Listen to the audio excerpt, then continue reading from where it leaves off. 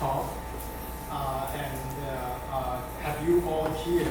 And it is also my privilege to stand in here and introduce today's guest speakers, Ms. Moulshri Joshi, who is the architect and also the founder of the award-winning space design practice, Space Matters. And today, she is going to give us a talk under the title of Unbuilding, Bhopal Gas Tragedy Memorial and Other Stories. Personally, I'm really looking forward to her talk. So let's give a warm welcome to Moulshri.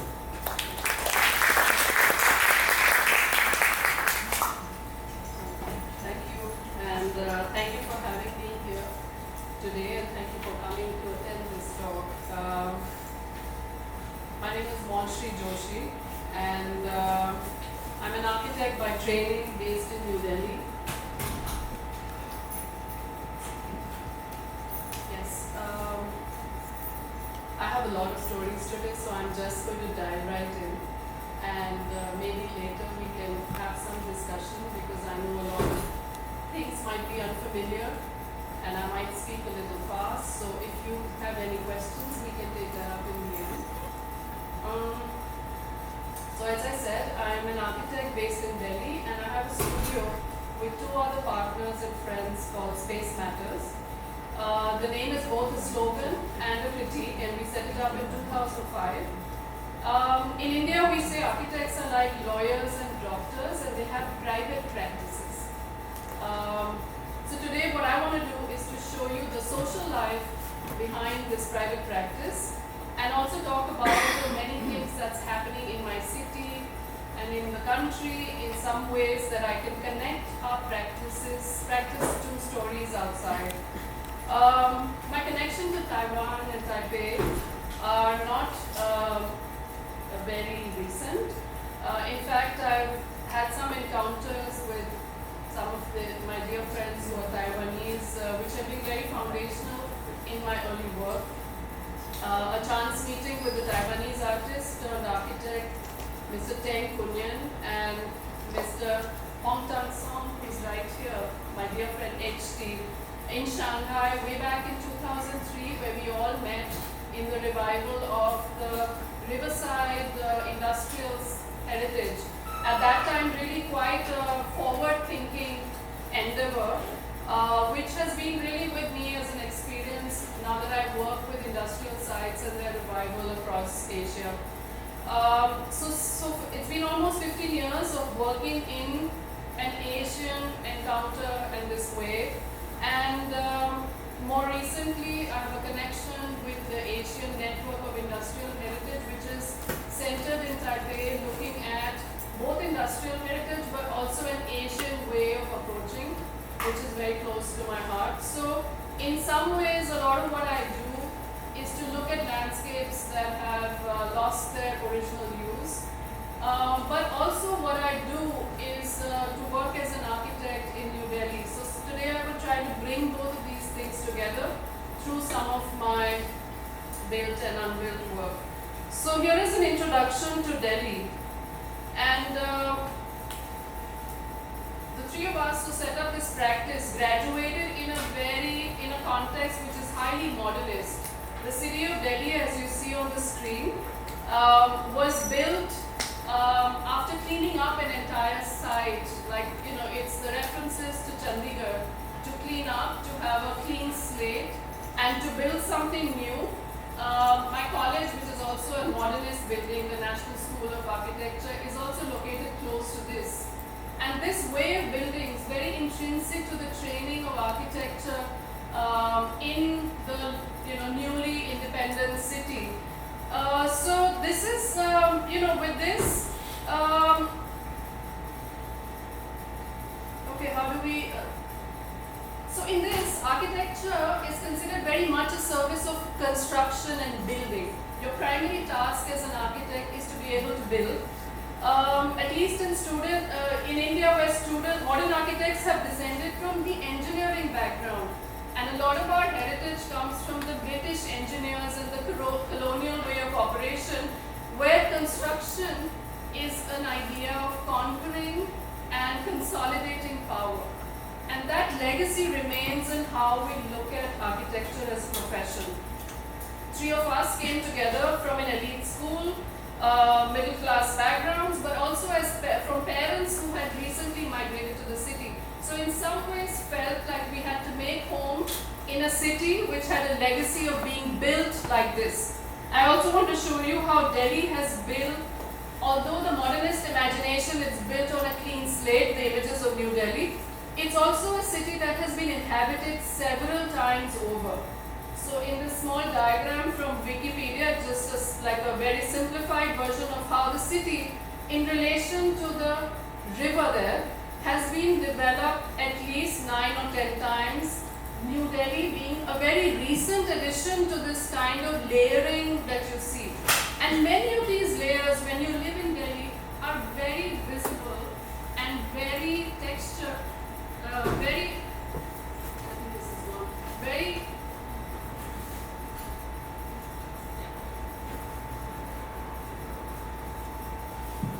okay, so many of these textures that remain are visible and they're also available for you through experience. But the idea that the city has been built through demolition as city with layers is something that's very,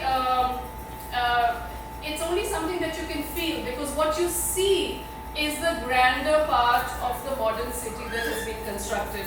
So a city that's built over time, over its own rubble, is really not an exceptional situation, and therefore demolition is also not an extraordinary situation in Delhi.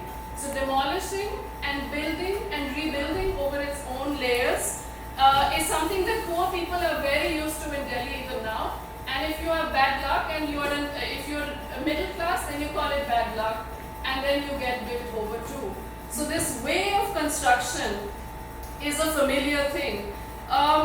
What I'm trying to get at is also a very personal story, but meanwhile, we see demolitions as a way of life even for the very iconic and the modernist architecture. Very recently, we lost parts of the modern post-independence heritage of India through a series of demolitions which have been made to reclaim land and to build new sort of ideological architecture, new ways to reclaim urban space, to order it in service of some grand idea. Sometimes it's the Commonwealth Games, sometimes it's, as I will show you, the current G20 summit which India is hosting.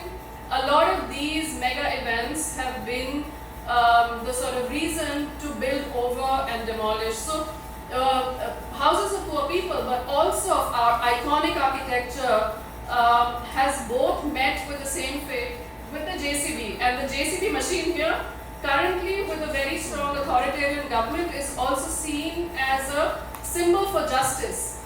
It's seen as an instant way to deliver some kind of a cleanliness in the city, and it's becoming more of a norm for a city that's built over time slowly than an exception.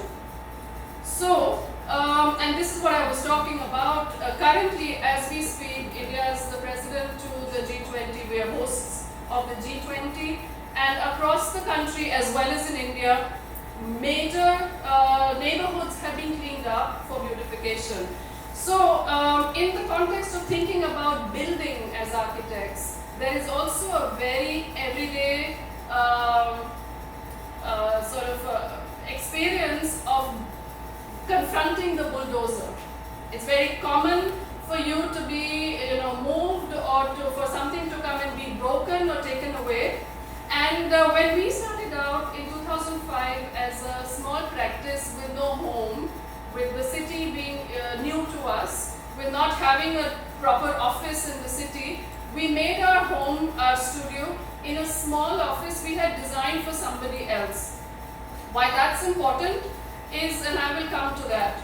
Another story, meanwhile, is this idea of how local governance on ground gets mobilized by the people in a city which is constantly being remodeled and taken up by the government. This is images of the neighborhood right behind, very close to my house, and the building, the red building, is a school of architecture. So this is adjacent to the School of Architecture, which is located by the river. The river is always a point of orientation. And what is interesting is that in this patchwork of communities that Delhi is, which is also farmlands, it's also villages, it's also shanty towns that have come up over time, there is a certain slowness and autonomy with which people build. And this is a small, very interesting story of how things have shaped themselves right in my own backyard. And I've used this site as a site for studying the urban studies in the School of Architecture, for the students to just observe how locally space is created and managed. And this is an interesting story of cows. And this is a site right by the river where you can see what happens first is that the government has, through eminent domain, they have occupied a large part of the area for future construction for public good, which means that they said they will channelize the river, they will build some roads, etc. Meanwhile, the land is lying vacant and cow grazers are using it to herd their cattle. While they are doing that, the farmer goes and builds a small shed for the cattle. If you see the photo from 2015, taken from the architecture school hostel, you can see small sheds and cows being parked there. Then the local leader, which is another different kind of governance, negotiations with the community will provide electricity and a meter and the road and a water connection to the cattle shed.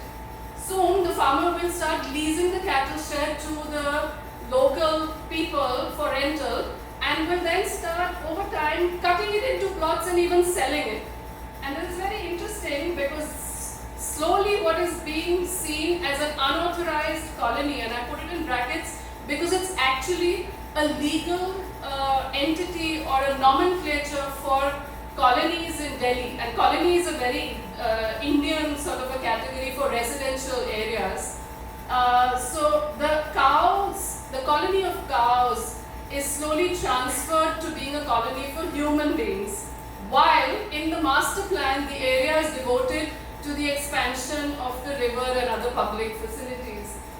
Meanwhile, the cows of course move and graze other pastures, but they become agents for gentrification of a land that's constantly moving between use and function and ownership in a way which is completely outside of the master plan. And it's very interesting because even today, in fact, more than 5 to 6 million people, which is 30 to 35% of this mega city, still lives in what is legally called the authorized, the unauthorized colonies. And through a process of regularization, which is a process of mediation with the local councillor and the leader, these colonies can potentially get legalized. So there is a way in which governance, work, dwelling and urban space works together to create a city which is an extraordinary case of how land is converted. And this is, however, not an extraordinary situation in Delhi. This is how a lot of Delhi is. However, what you see is the grander side and the 20% that occupies a large part of the visible city. So what is visible to you is not these processes of negotiation. So this is an interesting case because this is right behind in my backyard. And I thought it would be nice to also talk about what happens in the formal city, so to say. You know, the city which is not really outside of the margins, but the master plan, but very few people actually live there. So it's a bit of a ironic thing, you know, because when you say we are in the margins, like a lot of this phrase came up yesterday, we are always talking about people who are poorer, with lesser resources, people in the margins. But that's not how urban space is organized in New Delhi. Urban space is actually largely something that looks like a slum, but it's not. It's a working class city which operates outside of the master plan. Why this is important is because it gives you kind of a politics of being in this city, setting up an office, operating and looking at how things work, as opposed to a certain ideological way of building. So this is a cow story, but there's also something playing out outside of these areas. This is a neighborhood, by the way, around these cow sheds. These are dense, working class neighborhoods that people have built on their own. In the past, they must have been agricultural land. And what is interesting is these are areas which are what we are now using to define a smart city. They are walkable, people can work from home. Most of the people commute by foot or by cycle. They live, work in the same area. So this is places of recreation. And it's a kind of integrated city that master planners are trying to achieve. And this is not a slum, just to say that this is not the study of the others. This is how most of the majority of the city actually operates. And this is from a many year-long study and research project that I did with an anthropologist and a political theorist to look at how we can have different ways of seeing the city, as opposed to the dichotomy of the formal and the informal, or the legal and the illegal. There is this gray zone in which most of the city resides. This is important because I want to come to the areas where we live, and this is a master planned housing colony by the government.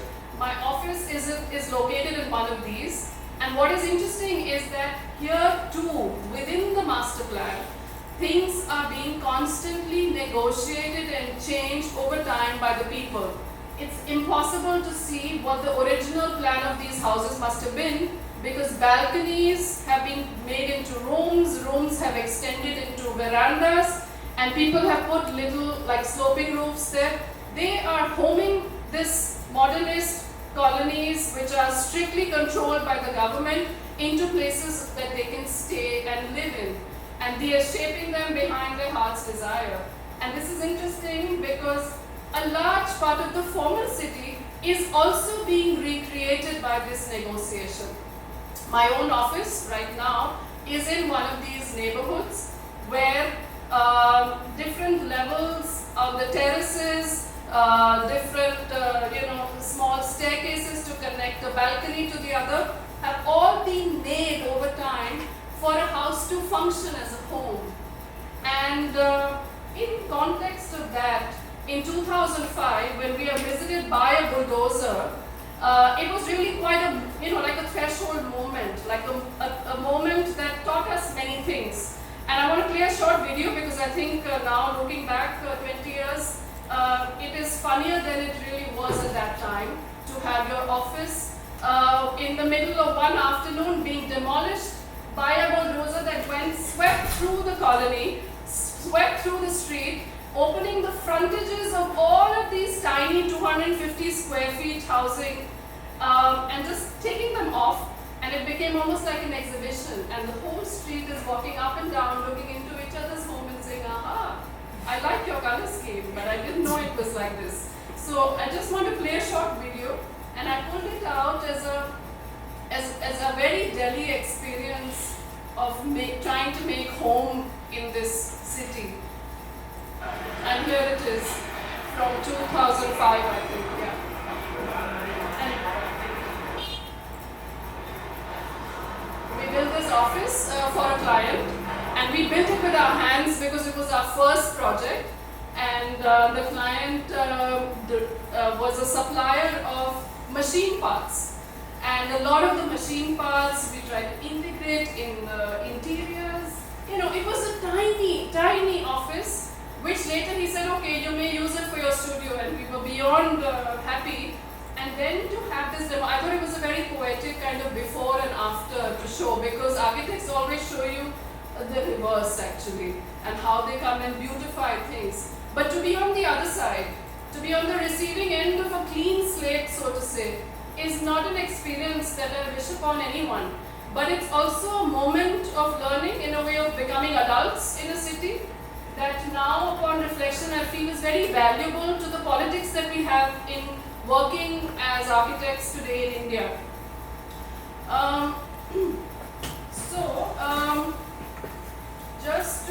Of course I'm totally off script, so this was supposed to be a kind of a learning, a way to see, which is from this wonderful book on political theory, which talks about how natural forests and plantations are not the same. They are not all trees, and there is a certain way of seeing that is needed to cultivate an eye for seeing natural systems for its inherent chaos. It's not chaotic, it's complex.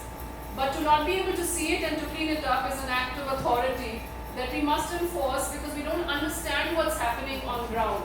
So when I go back to the neighborhood that I was talking about by the cow sheds, the kind of it's really mind-boggling. It's very hard for you to enter these spaces and find a way to make sense of it. And therefore, in trying to do that, when we fail as architects, we return to tools where we want to clean it up and we want to sanitize. That's our way to, exert power and control. And that's a mental map done by a student of mine while walking through this neighborhood of cows and an urban village. But to see that there are other ways to see order and chaos, right? And the demolition that happened in 2005 wasn't just a violation of a right to live. It was also, a kind of a signifier for how we have been living completely disconnected from the politics of the city. As architects, we were very sort of sheltered till the moment this encounter with authority and the state took place. And what was realized when we were very young is that we have to make space through negotiation. The only way to make space in this city of 20 million people now is to be able to negotiate with power in a certain way so that it can yield what you want. And that negotiation and that kind of play is really at the heart of urbanism in New Delhi and in India today.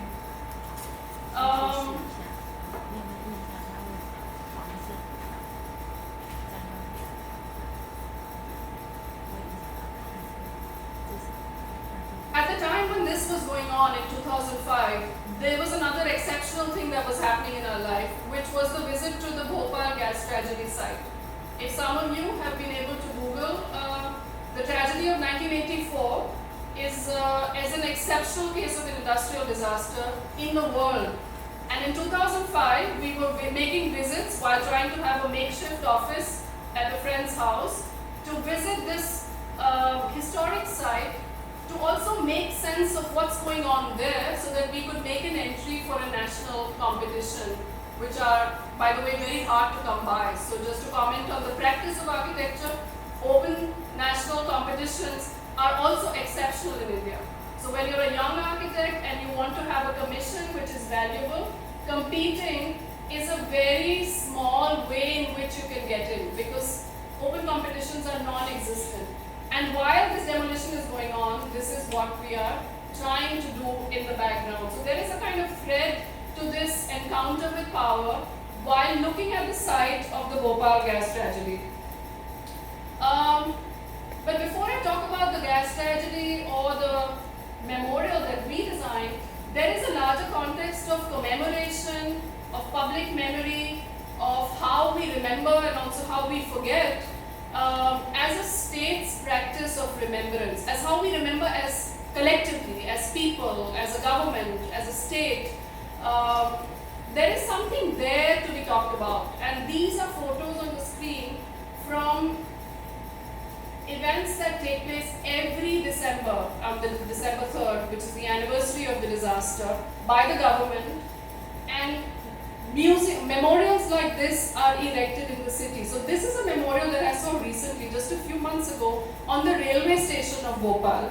It's locked up, it's guarded, it has just a plaque, and that is the state commemorative function where they have the token for men who are symbolic of the four big religions, delivering a sermon and a prayer. And this repeats itself every year like a token, like a commemoration is something you can turn on like a switch and then turn off on the 4th of December. It happens every year till memory becomes almost futile. There's no way that you can remember anything collectively. So there is a lot of public, there's a lot of individual and personal and intimate memory of the tragedy still within the city, but ways of remembering together are receding and being locked up in sites like this, which are terrible at different levels. They are so ordinary. It's like having a memorial in the roundabouts on the road with a plaque. You don't know what it is about, and eventually it doesn't matter.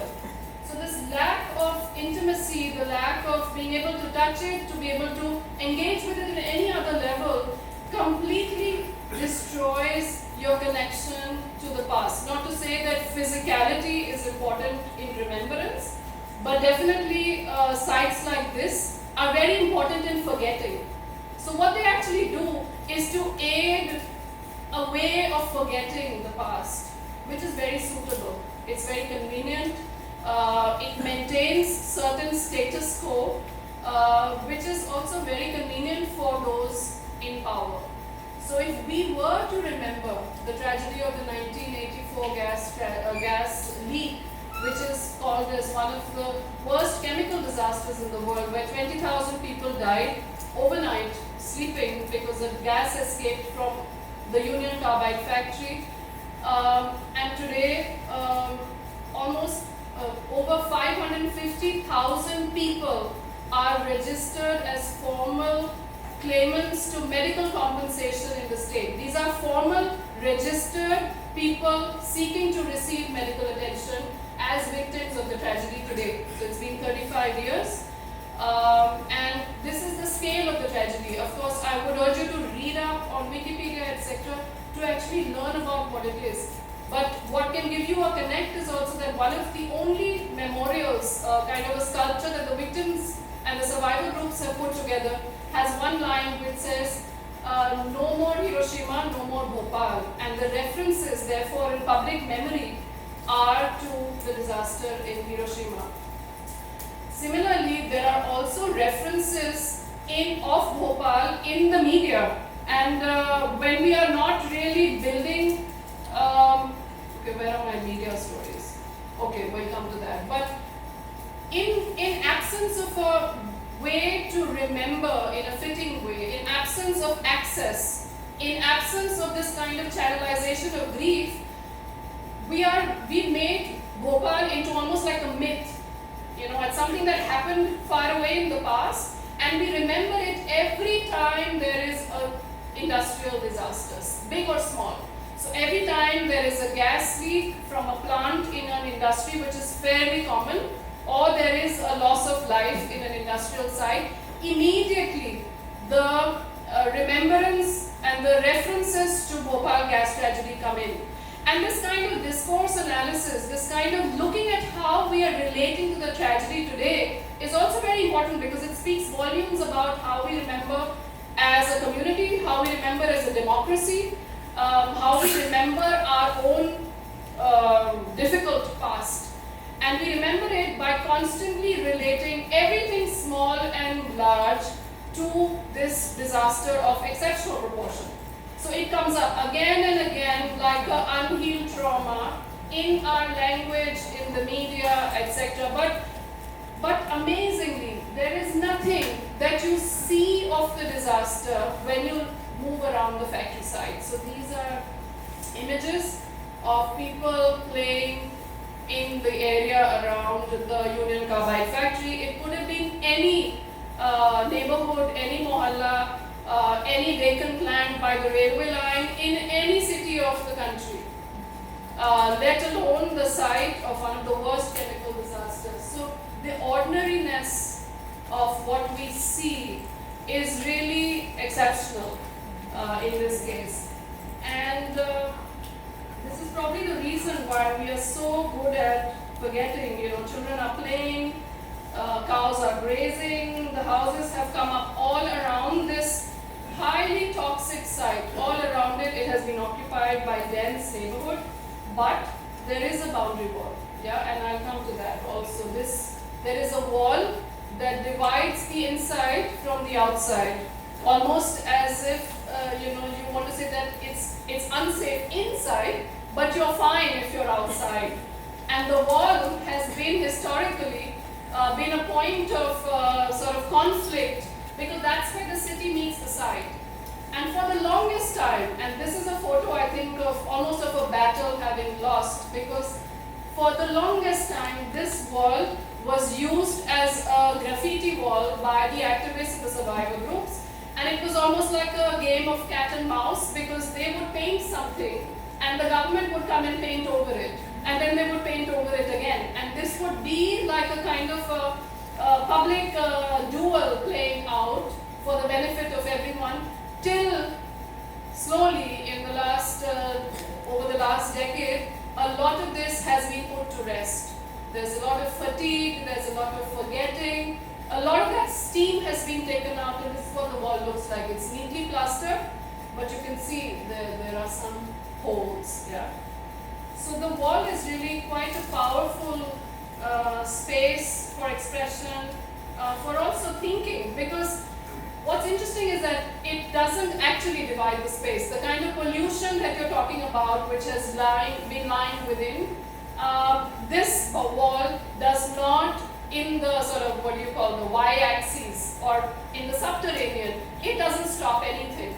It doesn't stop the gases, it doesn't stop the water. Yeah, but this is a kind of an instrument of power that rests there and gets taller and taller, and we have 24/7 security guards in the factory side keeping the people away. So this is the kind of context within which the memorial had to be located. Yeah, and this politics of separation, this politics of forgetting, all of this had to be acknowledged in some manner by the architect, without which the assumption was that the site is vacant, and the vacancy is both in memory and in its texture. But that's untrue, because the site is teeming with life, and I don't know if I have photos of, there are people playing inside as well, and cows and goats. But there is also a huge amount of chemistry, like chemical cocktails. So it's far from vacant and dead. There is stuff going on in there, it's just that you can't see it, right? And yeah, so how do you intervene in a site that has a huge physical, well, it occupies a huge physical space, but it also has a huge metaphoric meaning larger than itself. Bhopal gas tragedy has been significant in shaping environmental laws and activism in our country, but also outside.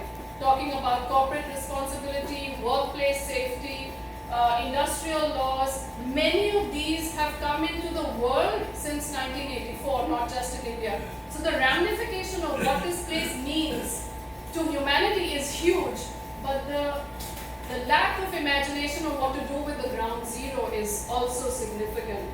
So when you are faced with a site like this, and I have some more photos, few years old now, so it's even more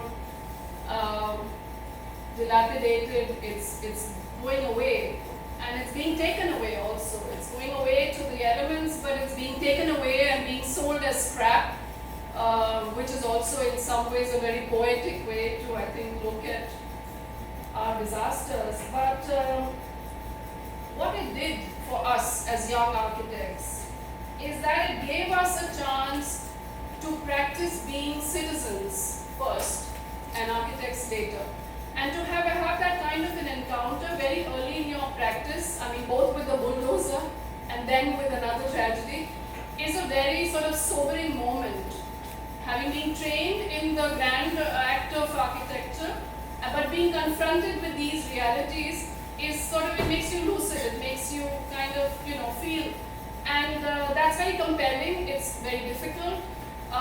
It also makes you what is a very good article actually by Alejandro Aravena, a Chilean Pritzker Prize winning architect, who says that we are so good at asking questions to which we know the answer.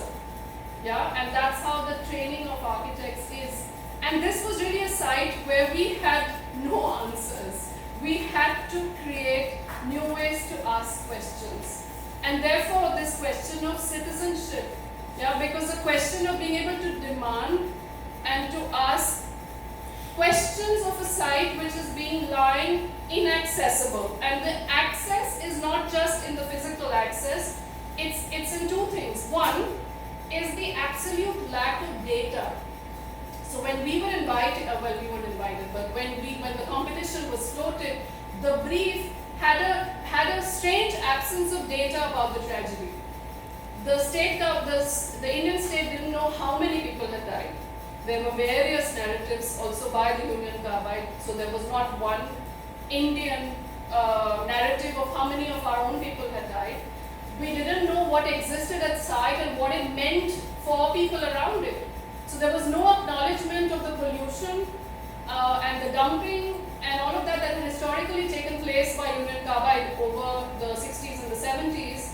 There was no acknowledgement of anything. There was also no acknowledgement of other physical things like the factory and the 27 structures around it and the trees which were flourishing.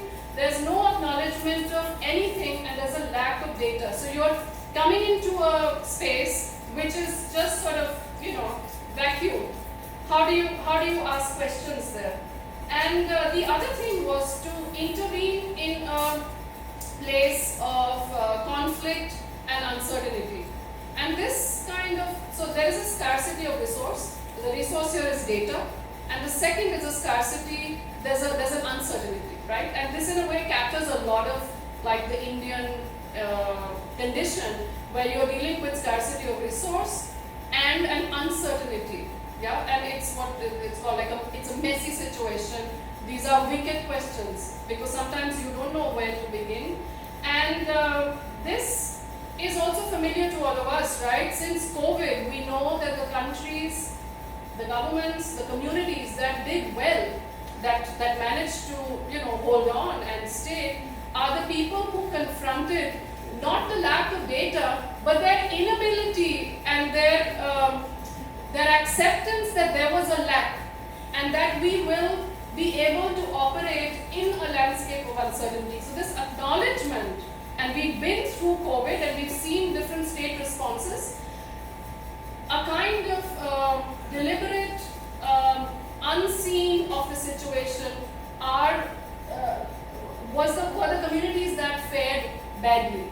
And I think Taiwan, at least from India, we saw you guys doing very well for the pandemic in some ways compared to our situation, simply because for us there was an acknowledgement collectively that there is a problem and we may or may not know an answer today.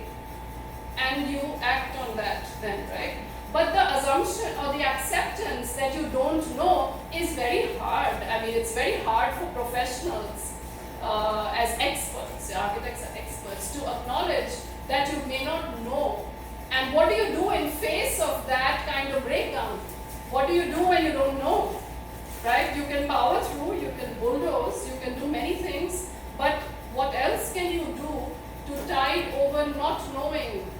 And that's the kind of situation, if I can say, we were facing in here as our first big project, and being able to acknowledge that we don't know enough. And then when you have a starting point like that, you realize that many people and communities don't know enough. The experience of industrial fallouts, of disasters, of traumatic memory, of being able to talk about uncomfortable past, is something that many communities and countries and people are not good at. It wasn't just us. So suddenly when you're able to make that acceptance, you realize that there is a kind of community, there's a solidarity which opens up into a larger map of the world which isn't centered in Bhopal. There are other experiences out there where we just don't know, or where we know but we are so afraid to confront a traumatic history, right? And that's the kind of stuff that is available to you if you admit that you don't know the answer. Yeah, and you don't jump into it with your tool set as an expert, because what do experts do, right? They build. Yeah, so how do you also delay building? How do you buy time? How do you subvert a process that you're trained in? It's really hard. And some more photos of the historic site. it's important to say that nobody thought it was historic at that time. So one of the only entries to actually preserve the remains of the world's worst industrial disasters in any manner was ours. And this is not to say how good we were, but also to say how vacant we were as examples of commemoration where we can act with sympathy and humility and with the material remains of the past. That's how vacant it was. There were just no examples to look at, because everywhere you look, we had rebuilt better, grander, fancier, polished marbles and monolithic sculptures as memorials, which didn't speak to anybody. How will a rusted factory speak to people? I mean, it's terrible. It's not in our heritage of heritage making and heritage production, which is a very intentional activity which professionals do. We weren't making heritage out of rusted buildings, out of recent buildings, out of modern buildings, and definitely not out of buildings that had a traumatic past. We were not doing any of that when we were creating the production of heritage. So our heritage in India is beautiful forts and palaces and temples and landscapes that make us feel very worthy, and they are positive spaces. They are spaces that look fantastic, and we are so good at preserving those. But what do you do when you have a factory which looks like this? And how does the community respond to architects putting forward a suggestion that this may be valuable? Okay, and that has been almost a decade and more of my work has been in just making that negotiation, in making that communication that if we don't know, the act of destruction will be a terrible thing to do. So let's keep this till we know what it means to us. Just that delay, just that buying time is really hard, because you expect an architect to make a building where you can cut the ribbon. And if we had done that, I would say this would have been built. And one of the reasons why we're talking about it even now is because in the last almost 2 decades of being appointed and commissioned for the project hasn't broken ground, right? And I'm talking about it also with that because we are still in the phase of denial. So this is what's going on. It was going on. This is photos from 2009. None of that is available now as a material resource. It's all being pilfered. It's all being lost. And I don't want to show a lot of what was proposed, except the first thing that I said, which is that we kept the remains of the factory. That's one. And the second thing that the memorial proposed, and I'm deliberately not showing sort of grand 3D renders of the project and what it would look like, because that's really not important.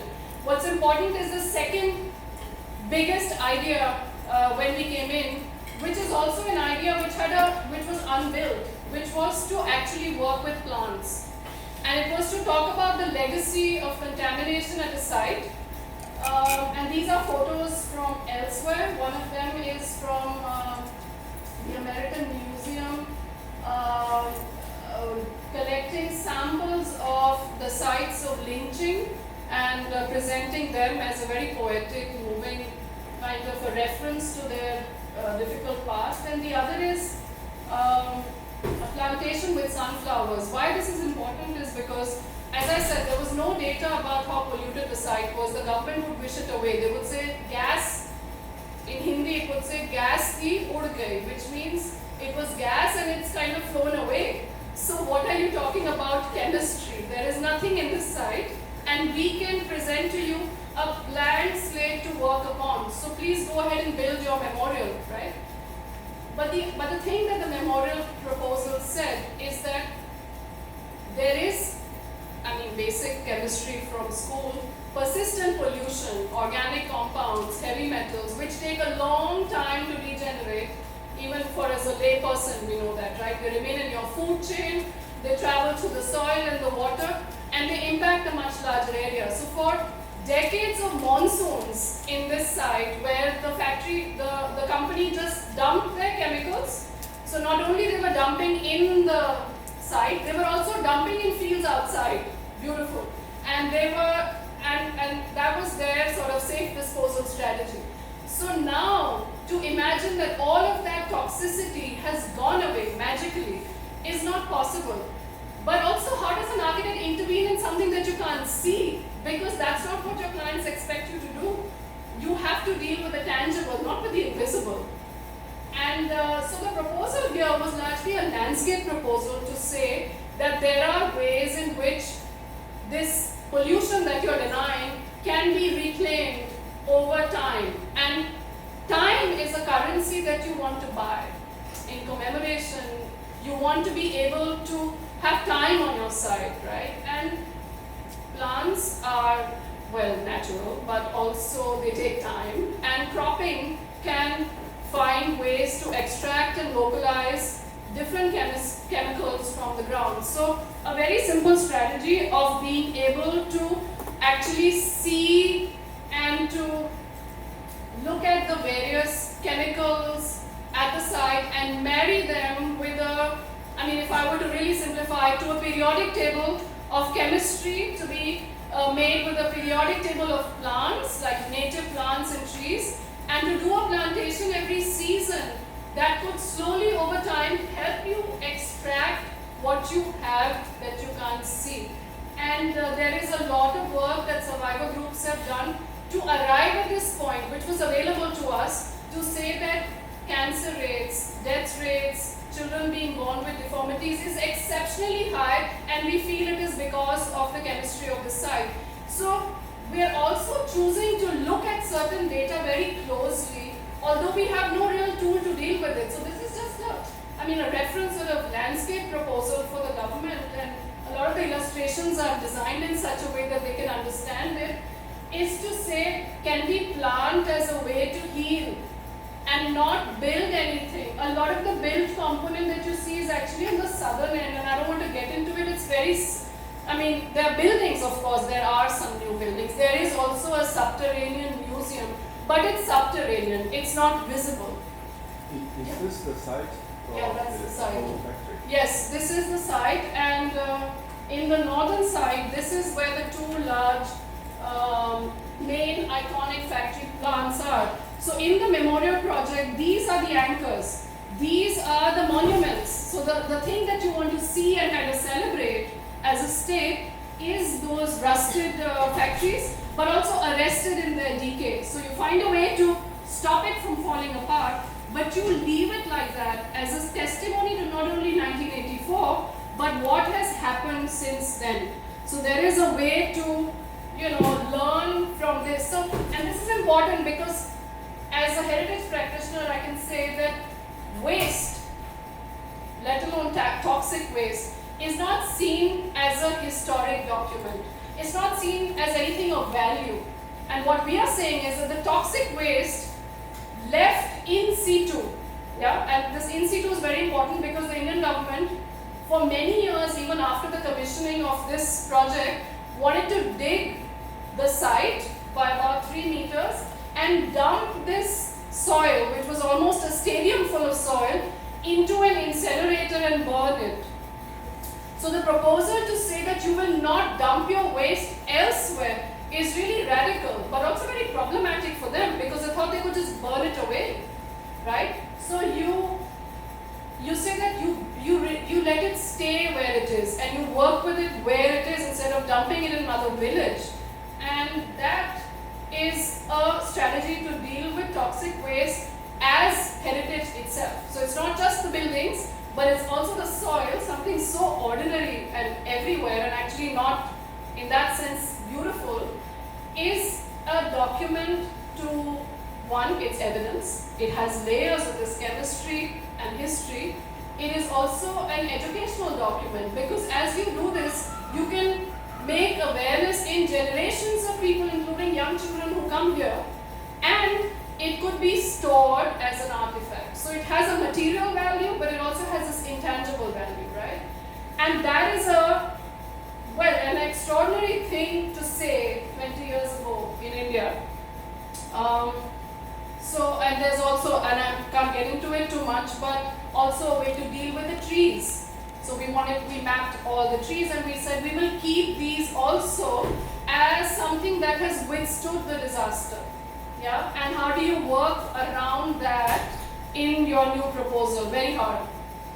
And so I already spoke about it, but this is to say this is the site, and do you see those voids marked? Those were the historic dumping grounds of the Union Carbide factory.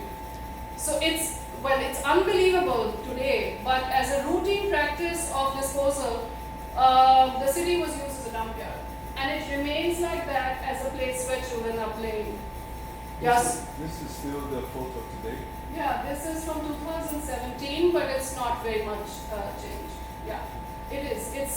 It's really sometimes, if you know the story, it's really hard to believe that in 35 years, in construction of so many memorials in Bhopal, and that's the other thing, if you visit or if you read, Bhopal is a city which loves to make memorials to all kinds of fictitious wars that never took place, but we do not have a memorial to the gas tragedy.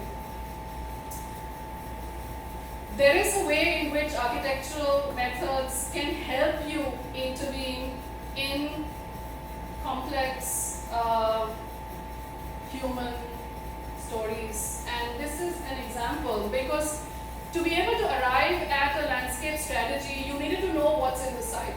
Yeah, like what's actually in that part of the site versus this, and how do you do a plantation?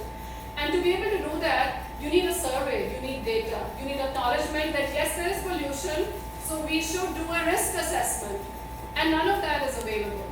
So for a long time, after, this is in 2015 to 17, we spent a lot of time going through volumes of scientific reports. So Bhopal by then had become a battleground. Every different institution, an NGO, Greenpeace, were doing their own investigations to prove that there is pollution or there isn't. As a result, we had a volume of data which not everybody agreed upon, but it was available. But all of this data was available as text, yeah? And it, in fact, a lot of it available without a GPS coordinate, which is unbelievable too. But we spent 2 years trying to go through this almost 2 meters long reports, scientific reports, and none of us are trained in that. But to translate a lot of this historic information into geographic information. And just that mode, just that alteration of state was amazing, because suddenly the site became accessible. It became accessible to its own caretakers. The government agencies that had been commissioning many of these reports didn't actually understand them. But now they could see, and this is an interactive map where you can toggle between reports and contamination. So you can say, okay, show me all the heavy metal, and you can see how it is spread. And you can also say, can I compare the Indian Institute of Chemical Technology report with the Greenpeace report, and it can overlap where the testing has been done and what the results are. This is, of course, in response to a lot of conflict between stakeholders, but it's also a way to make information visible, right? Suddenly you knew where the hotspots were. I mean, not as language, not as words, but you could see it. And regardless of the veracity of the reports, some of them matched in the same space, saying where the hotspots of what kind of chemistry is. And this is an important thing, because I say, mapping is something that comes naturally to a lot of architecture students. And it has ways in which, forensically, if you work on it, like an archaeologist almost, you can turn a lot of things visible. You can render a lot of things visible just through that. And it's a very powerful thing to be able to shift the baggage from historic text to geographic information, just that, yeah.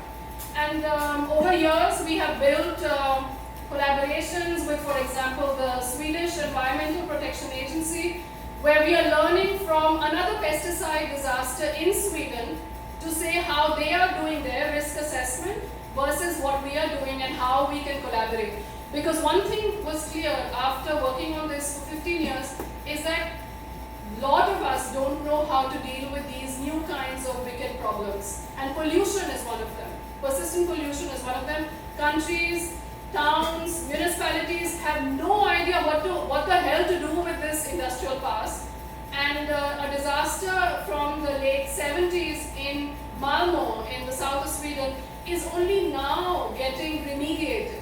So this is also the kind of sense of time that it takes to build, and they are cleaning up the pesticide plant there. We visited just before COVID with a team from Bhopal to actually exchange notes, because in this sort of map we are bound by the solidarity by these persistent pollution, right? So there is this kind of learning which is available through problems like this. And also these are sites for some great encounters for students and professionals. So I have a copy of this book that we published as an activism and as a way to also convince the government that the factory should not be demolished. And because they had floated tenders, so we had, in response to the tender to demolish, we held a workshop for about 3 weeks in Bhopal and had students from almost 15 countries, students and professionals, come in, live together, and do what we've been talking about the whole of yesterday, right? Hands-on, immersive work which we do together. And I mean, HT notes this, we have done this with the MAN, which is the Modern Asian Architecture Network, a kind of defunct network which worked with architecture students in Asia. We did a lot of that in the early years, in the 2000s, from Shanghai to Indonesia, Singapore, Tokyo, working on sites after sites through immersive encounter. And it's really moving for young people like me when we did this as a student, where I've attended many of these, as places to learn. So this is something, and there are some amazing things that came out of the workshop. And I'm just going quickly through. This is from Sakiko Nakamura, who's a famous photographer. She did a workshop with the children in Bhopal, passing cameras around the city to document what Bhopal is like 25 years after the disaster. So there were all kinds of art projects, just projects, which came out of this work, traveled all over.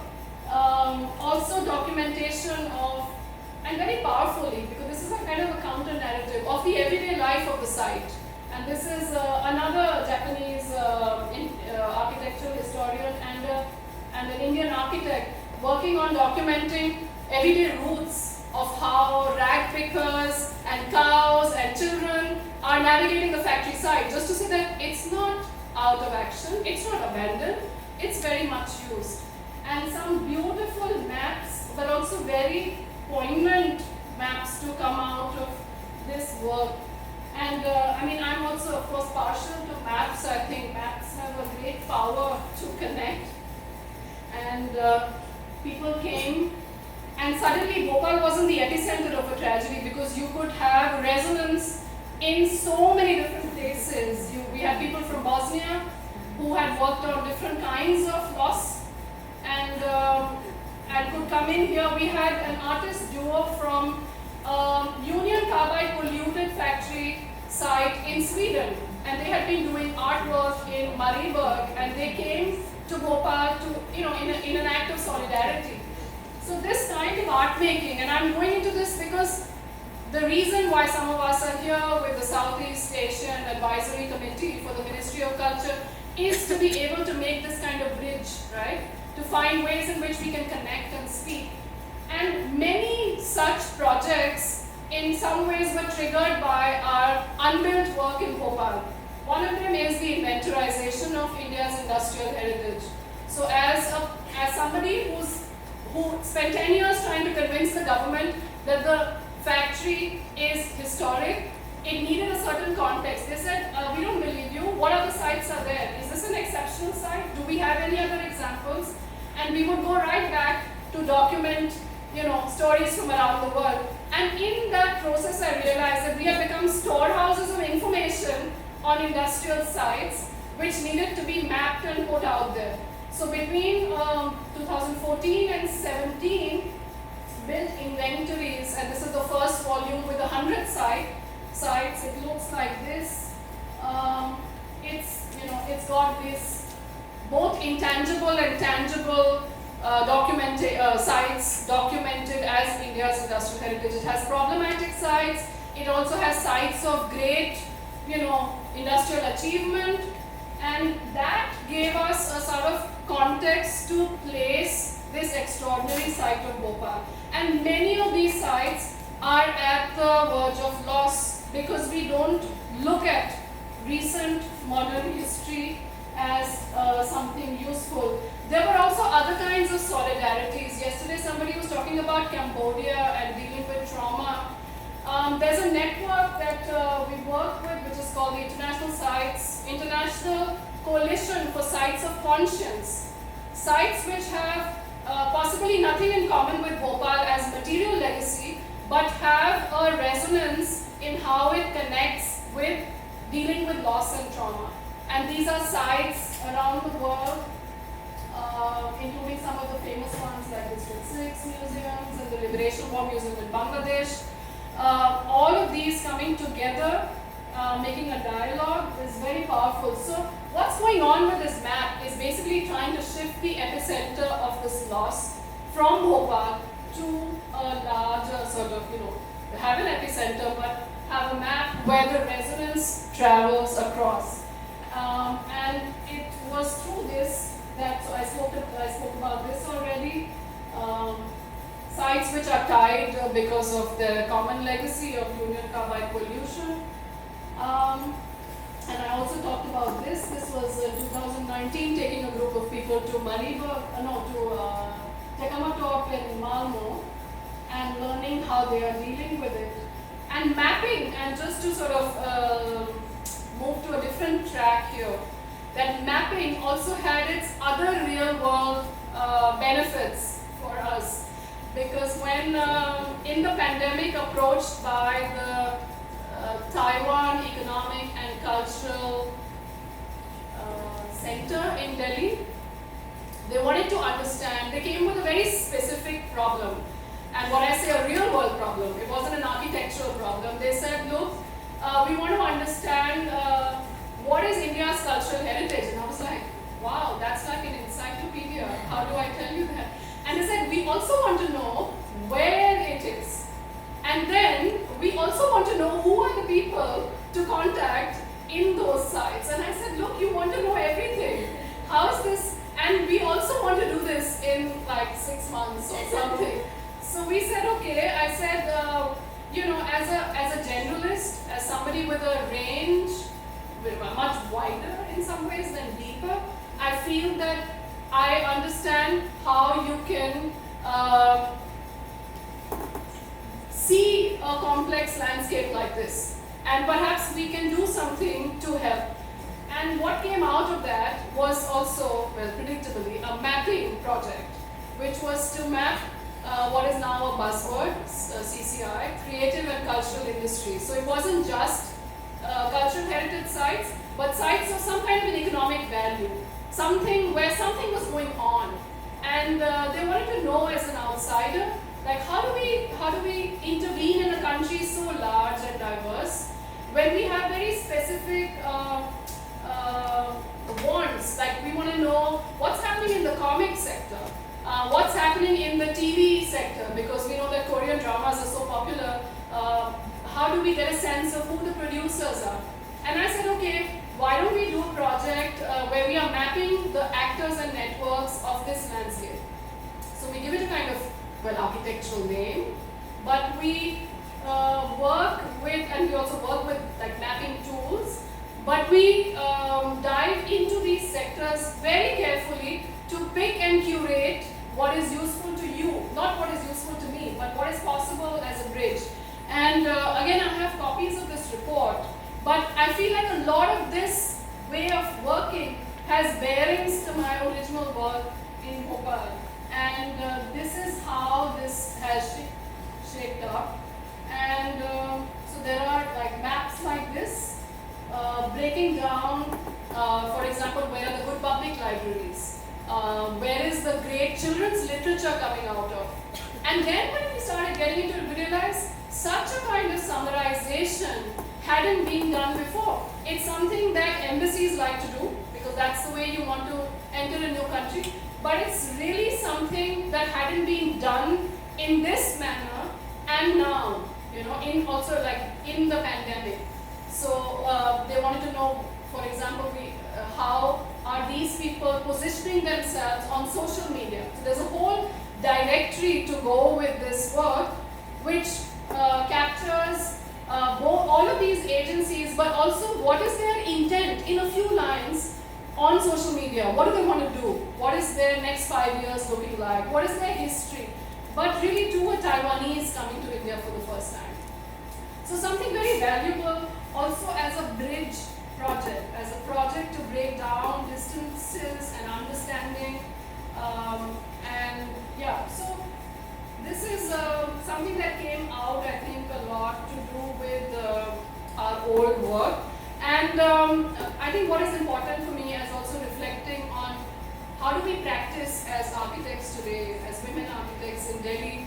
It's this kind of opportunism, this kind of, well, there's a famous, well, not famous, but a movie, a Bollywood film called Chance Paid Dance, which is a trashy movie, but the name became really popular because it captured something really about us. Chance Pay Dance. Chance Pay Dance basically means dance on the chance, which is a kind of opportunism in a landscape where you have less time and less resources, but you make a dance out of it, like you do something with it.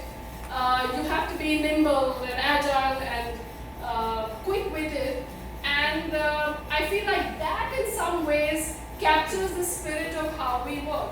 So it isn't like building buildings only, but it's trying to dance on these wonderful opportunities to look at space in its really wide meaning.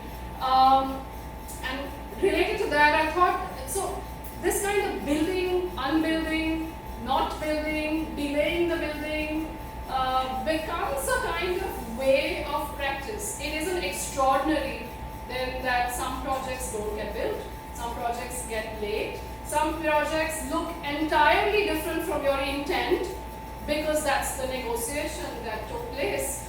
And it becomes a kind of spirit of practice in India today for us. There's one or two more projects that I will quickly just glide through if I can, which is also capturing this idea of chance pe dance. And this is a more recent project when we were approached by the French embassy in Delhi, and they wanted to commemorate the Indo-French relationship over time through an exhibition, right? So fairly simple brief, very much an architectural brief, quite a dream brief also to build a museum or an exhibition, and have French clients who hire design. And but we said, look, if you build an exhibition in a traditional museum, this is in India Gate, this is in the heart of New Delhi, and this is the National Gallery of Modern Art, and that is the fields right outside. So if you've been to Delhi, there are more people outside than inside. And we said, look, you can, of course, do a great exhibition in a big museum, but the people aren't there, and it's going to be really hard to bring a lot of people inside the museum to talk about the story of India and France. So why don't we think of other ways to approach this problem of access, which is really central to how museums are coping now with the pandemic and everything. Can we look at that as a brief and not about the design of the exhibition? So the first project that came out of this project was really a mobile pavilion. And this was interesting because mobile pavilions are, I don't know how it is here, but in Indian towns and villages, it's very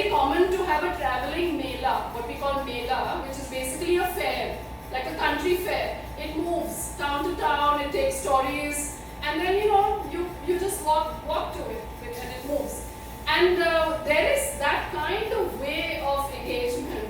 And then there is the museum way. So we said, look, why don't we try to make a mobile museum? I mean, it sounds a bit crazy, but if we could move this, and they also wanted to do this event, an exhibition, in multiple cities. So we said we could have an exhibition in Bombay and then move it to Calcutta and move it to Bangalore, sure. But in all of these places, people are just hanging around outside. So if you want to have a museum, why not we make it like, pop-up museum. And this is what came out of it. This is in Bombay, a museum that, I wrote it so that I don't forget. A museum that could be flat packed into a truck, into place, and it could pop up back into a park in 3 days. So you could erect it in 3 days. We could hand weave a lot of this in Delhi, very close to our office, industrial workers. We can weave this stainless steel mesh, and this is a 3-4 tall structure. It looks really small, but it's a large pavilion. So in some ways think of it like a serpentine pavilion, except that it moves. And it goes to places where people ought to be, which is where the park is, not inside. So a kind of, nomadic thing.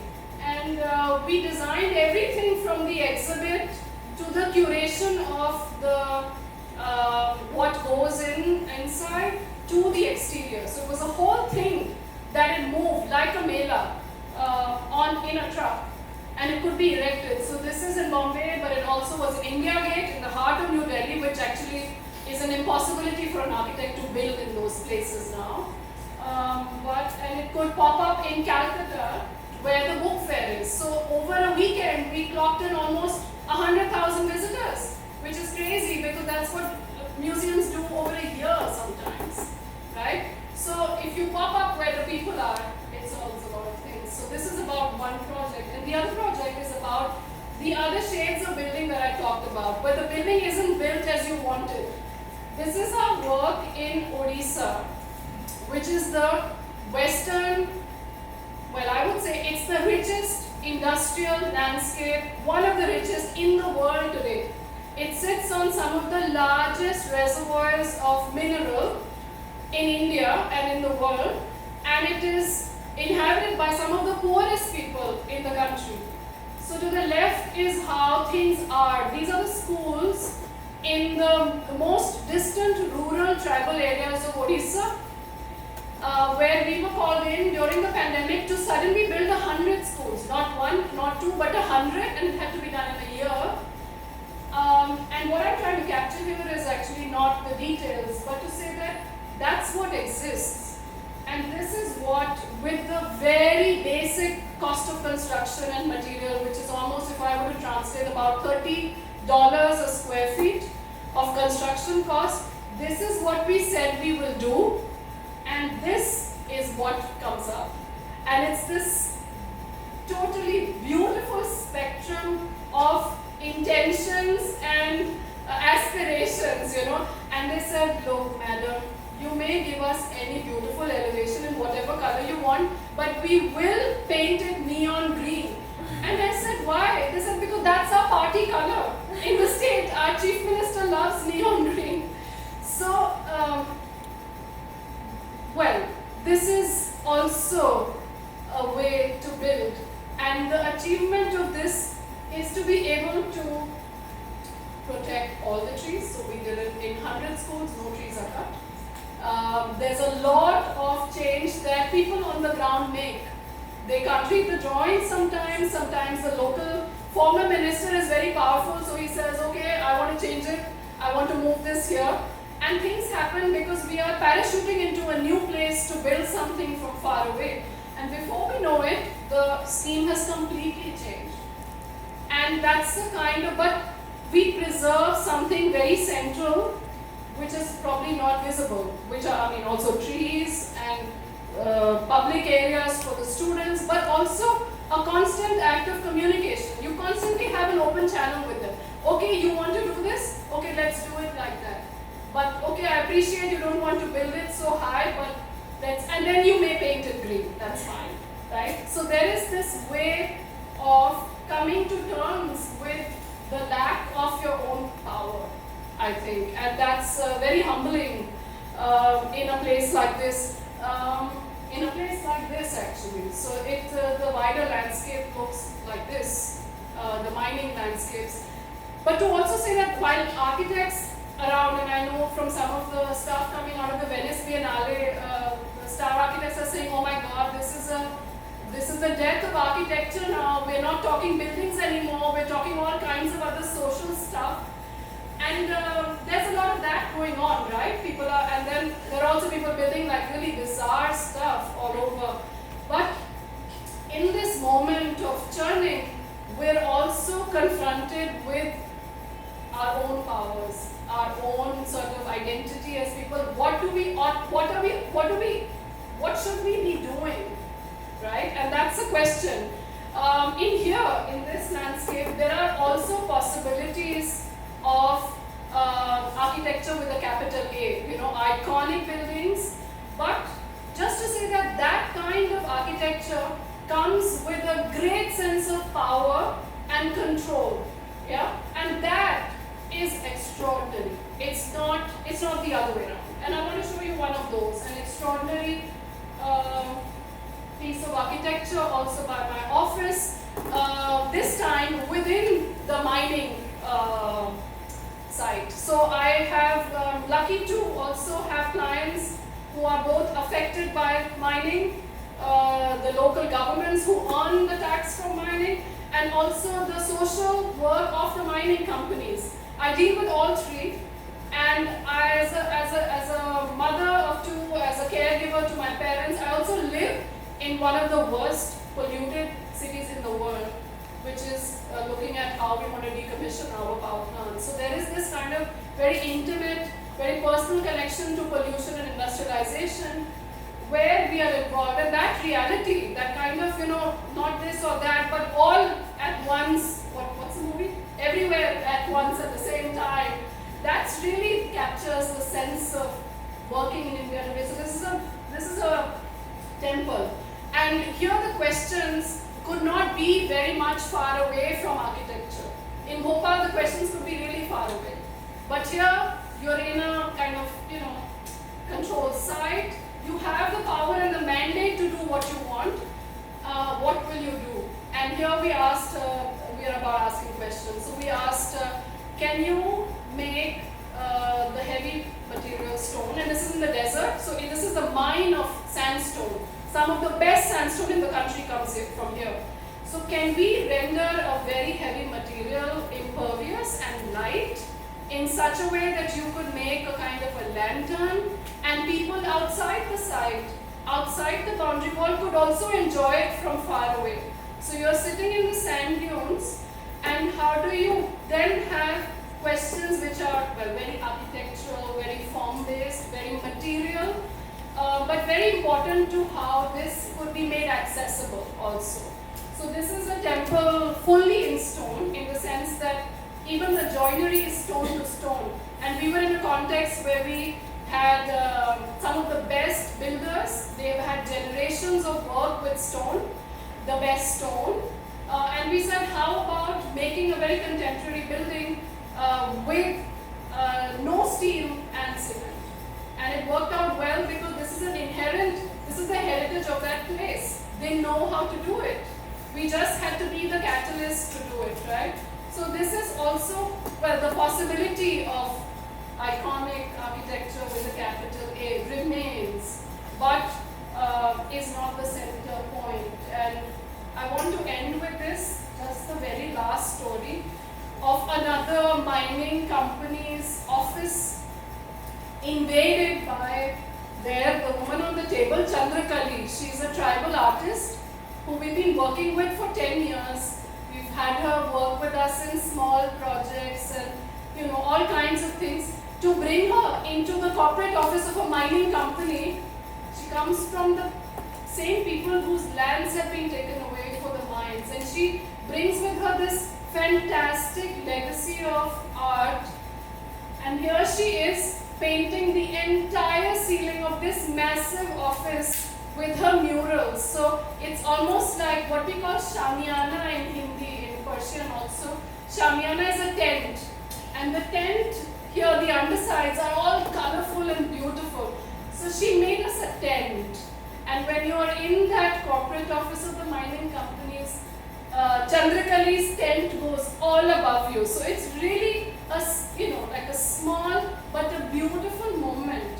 And these are the kind of encounters one is trying to chance upon and seize that opportunity while being an architect in India today. Yeah. So thank you very much for listening. And yeah.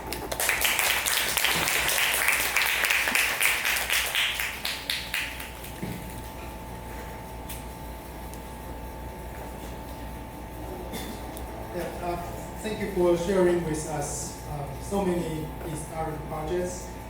And I will still have some time. Should we take some questions from the audience?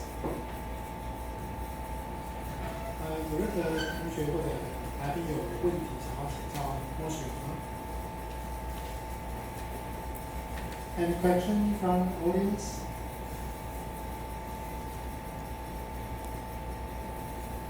How do you approach these clients? How does this? Yeah.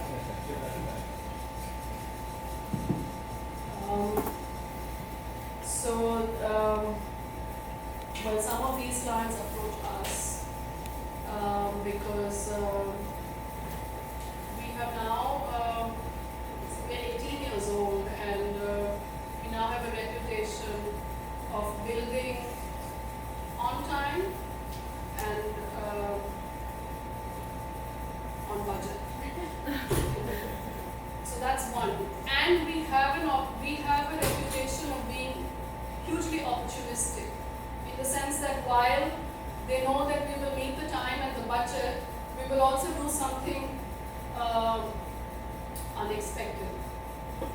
And I think so that's why we have one or two large corporates who return to us over the last 15 years with their social projects. So they understand in some ways, even before we understood what we are doing, from the outside I think it was a bit more clearer. So they see and they say, okay, we have a low budget for that temple, it's very low budget, low fees, but we have somebody who could do something with it. And we maintain these relationships. So I think that one of the things that we do is, a lot of the people like we worked with 15 years ago, they still, so we just continue, small projects, big projects, creating projects. Sometimes now the comfort is also to say, what should we do here?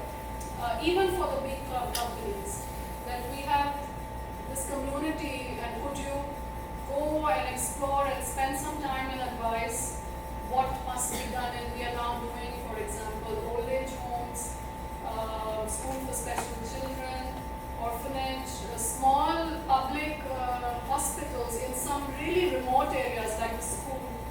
So there's a wide range of public projects that we are doing where the government is not the only client, it's also the corporates. And I think it has been like this because of our persistent, very public-mindedness. So yeah, I think that's how we get them. Yeah, they find us. A follow-up question. I'm also curious about, as an architect, there are certainly so many things to do, drawing, construction management, and so on and so forth. And I'm just wondering, is there a different way for you and your colleagues to run your office? You got to spend so many time doing negotiation, field work, and so on and so forth. So how do you balance between the traditional kind of architects' work and others? I don't think I balance so well. But I also don't teach now full time for the last 5-7 years at all. So even when I taught, a lot of my work was in the field, like in the car sheds. But now when I practice, a lot of my time is spent with the clients, with the people in the community on site,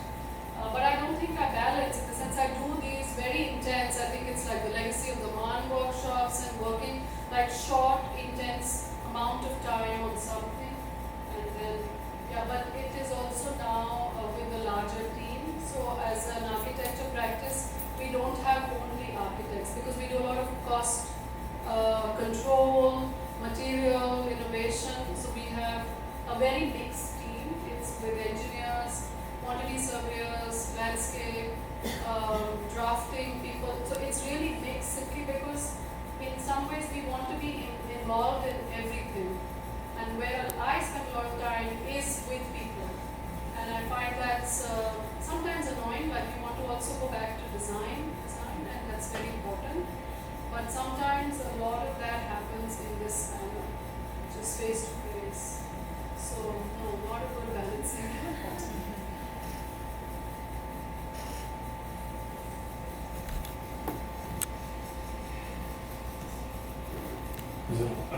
Hi, thank you. So it's very interesting talk. Forgive me if I've misunderstood anything. With the memorial project at Bhopal, how have the local people responded? Is this idea already happening, or is it still something that's in the proposal stage? How have the local people responded? You talked about, politicians often want something very ideological. They want to stamp their mark. This is my legacy. Bang, stick it on the site. And you've kind of created a almost utopian community idea. How are the local people responding? Are they thinking that's fitting as a memory, or are they thinking, why don't you just build some kind of shops and factories that I can use? No, that's a great question because the project may have been commissioned. So it's been commissioned to an office in Delhi from Bhopal. But the matter that the moral responsibility for commemorating this disaster should lie with the government is not clear. So there's a lot of resistance from several survivor groups. Despite being initially on board with the idea, one, of a memorial, and two, of a kind of like a non-building kind of a memorial. Despite being on board with that, the claim that the government should develop this site while being in some ways responsible, and the history is that they also own a part of this company, the government. So there is a moral standoff, and there is a lot of non-acceptance of having a New Delhi-based architect, of having any architect, of redeveloping this at all. So yes, there is. There is also a lot of acceptance over time. And there were two communities that had to be simultaneously worked with. One is my own clients, which is the government. So suddenly from being people who would put in a monthly token to Greenpeace to actually having clients as the government is a big sort of shift for you. But so while you have the government who's ready to bulldoze the factory, you also have the community at large, people who live around here, but also a kind of intellectual community linked to this site, which have different degrees of reservation on how this must be done. I feel like part of that has been, that relationship has matured once we work together, learn, we have these workshops, there's a lot of writing, speaking, and all that. And in some places that standoff remains. So I'm not going to say it's utopian at any level. It's not going to be a clean slate at all. But it takes that time, I feel, to be able to make your intentions clear. That the intention isn't to actually stamp a memorial on the site. I mean, really far from it. But how do you communicate that intention? Because architects have done a lot of harm. So how do you undo that harm? How do you build trust? It takes a long time. And we are almost 20 years into that project. I'm not saying that I'm doing this every day, but it is a certain maturity that the society is from both sides. Our own maturity, how we think about it, how people will relate to it, takes that kind of thing. So there is, of course, still a breakdown situation in part, but the government has come around and they feel much more confident of taking a decision which seemed totally bizarre at that time. They understand that other people are doing this over time, so they have experiences from other countries. They also now know the limits of technology, so they understand that the decision to burn a stadium full of soil, it hasn't aged well. So they understand that. And I feel that kind of understanding, the only problem is that in all the time that we are taking, the factory is going away. Other than that, I think we are in that space of coming to terms with something so terrible. So yeah, thank you. I think it's a beautiful solution, by the way. It's a? I think it's a beautiful solution, by the way. Is the whole site still closed? Is the site still closed? Yes, very much, even more. Not possible to open. Oh, well, you can always trespass. There are gaps in the wall. That's a great way to see. And you can also go through the red tape and make an application and do all of that. And then there are, you can make friends with the guard. And there are so many ways, always to negotiate. So you can, Asian ways. So yes, it is possible to get inside, but from the outside, it's locked. No danger to get inside. No immediate danger to like I tell everybody, it's not radioactive, it's contaminated.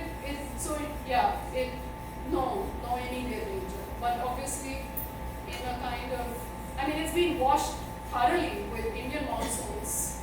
So there is really very little. It's teeming with wildlife. There's a lot of danger of snakes and stuff. But we won't know till we know it. We find out and we open up and we do risk assessments and stuff. Like you have to have a way to tackle this. So it gets more and more dangerous in people's mind because it's closed. And a part of the proposal, and I didn't talk about it in detail, is actually to turn the city road in.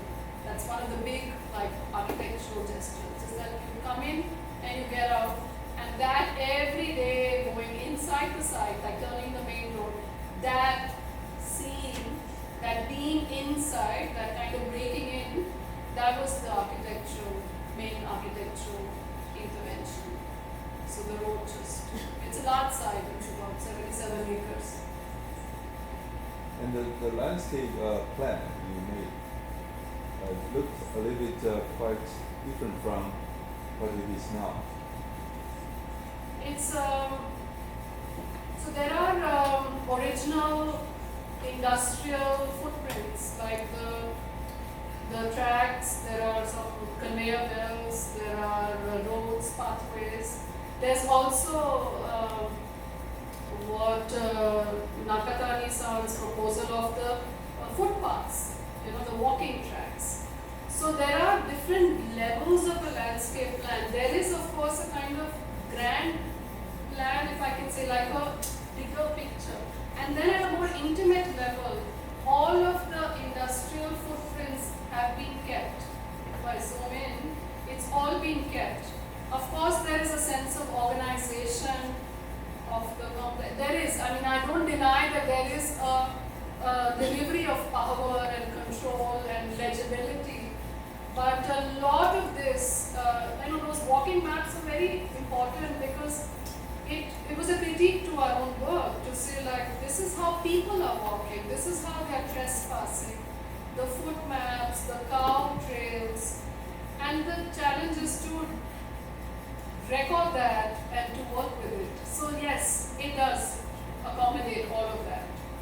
It's just not available in this. It's a kind of, like I said, simplified plans for the governments to understand what we're talking about. Yeah.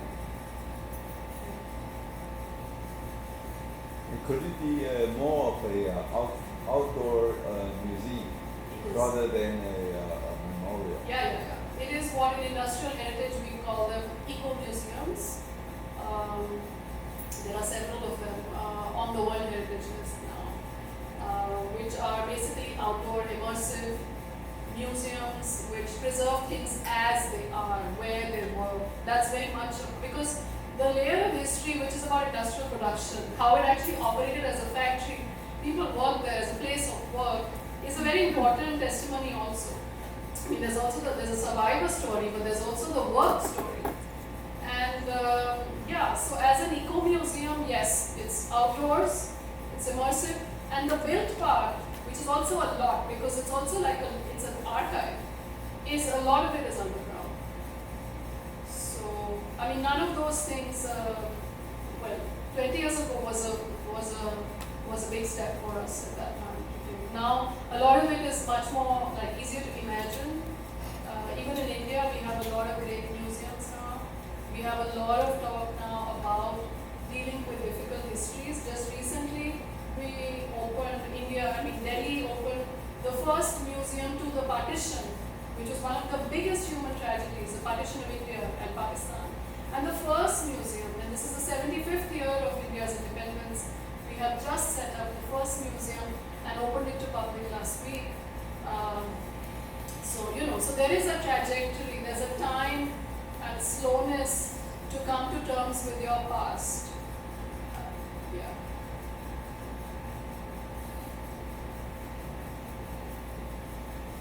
Any questions?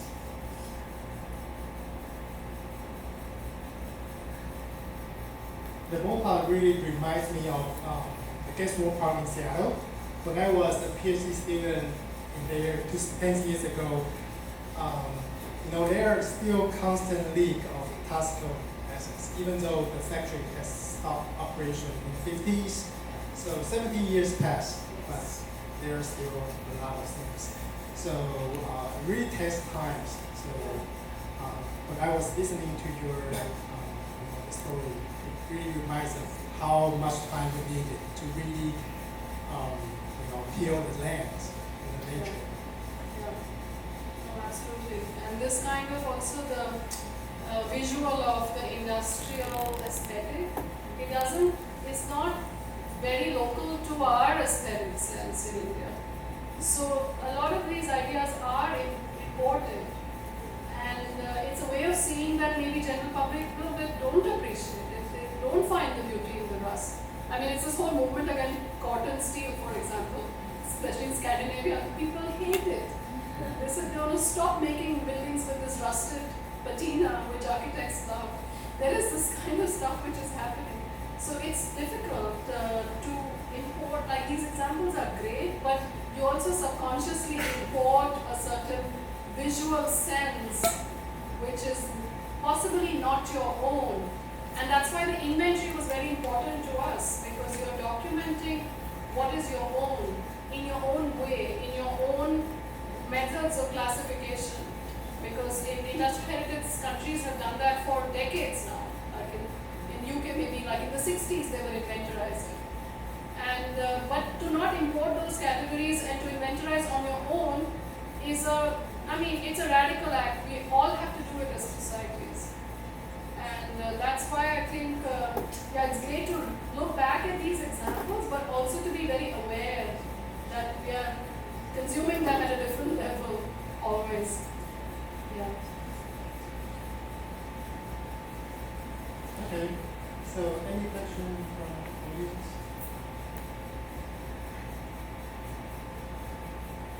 Okay, so I really like the way the quotes you just mentioned. We often ask too many questions that we have already know an answer. And I think you and your colleagues are doing is actually redefine what architecture is and what the question we need to answer. So thank you so much for sharing with us. And hope in the near future we can invite you to come to NTUT again and to share more of your recent projects. Oh, I would love that. I miss being in the studio. Thank you. Thank you so much.